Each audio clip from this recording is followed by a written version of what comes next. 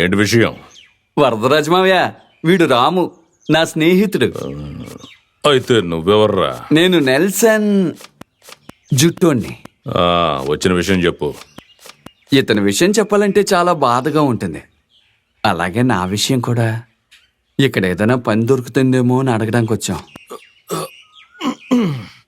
మీకు ఉద్యోగాలు ఇవ్వడానికి ఇదేమైనా ఎంప్లాయ్మెంట్ ఎక్స్చేంజ్ అనుకుంటున్నారంటరా? అంటే మావయ్య, మీ చేతిలో ఇసుక వ్యాపారం ఉంది కదా, మేము కరెక్ట్గా ఇసుక తవ్వుతాం. వరదరాజు మావయ్య, మరి మీరేం చెప్పలేదు? మీరు చెప్తున్న పనులు ఆపేసి ఎన్నో సంవత్సరాలు అయ్యింది. ఇప్పుడు కొత్త బళ్ళు కొని సీసీ తీసుకున్న వాళ్ళ పని పడుతున్నాను. అటువంటి పనులు చేయాలంటే మీలాంటి కుర్ర నా కొడుకుల వల్ల కాదురా.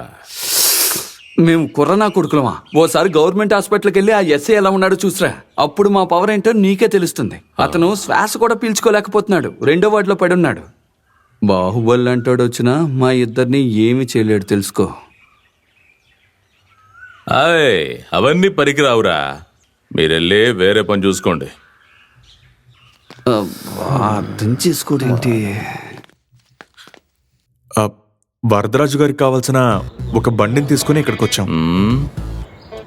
కొన్ని రోజులుగా వరదరాజు గారిని మోసం చేస్తున్న ఒక బ్లాక్ RX 100 ఉంది కదా, AP 11D8509.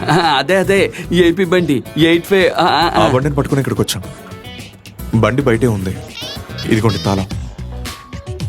ఎంత కష్టపడి ఆ బండిని ఇక్కడికి తీసుకొచ్చామో నీకు తెలియదు మావయ్య.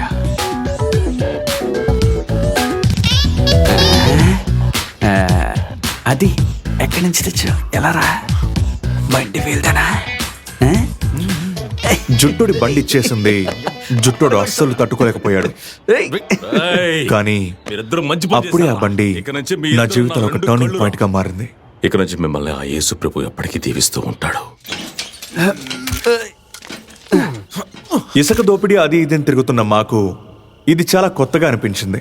సైకిల్ లాక్ నుంచి సెంట్రల్ లాక్ వరకు ఓపెన్ చేసే విధానం వరదరాజు గారు మాకు నేర్పించారు. అంతే, వచ్చేసా.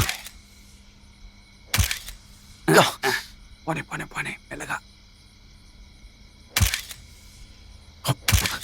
ఏంట్రా?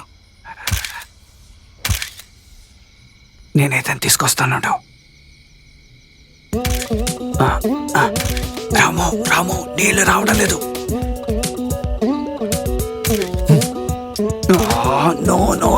నో.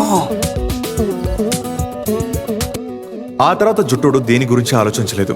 గోవిందరాజు గారిని మనసులో తలుచుకొని తాళాన్ని లాగిపెట్టి కొట్టాడు.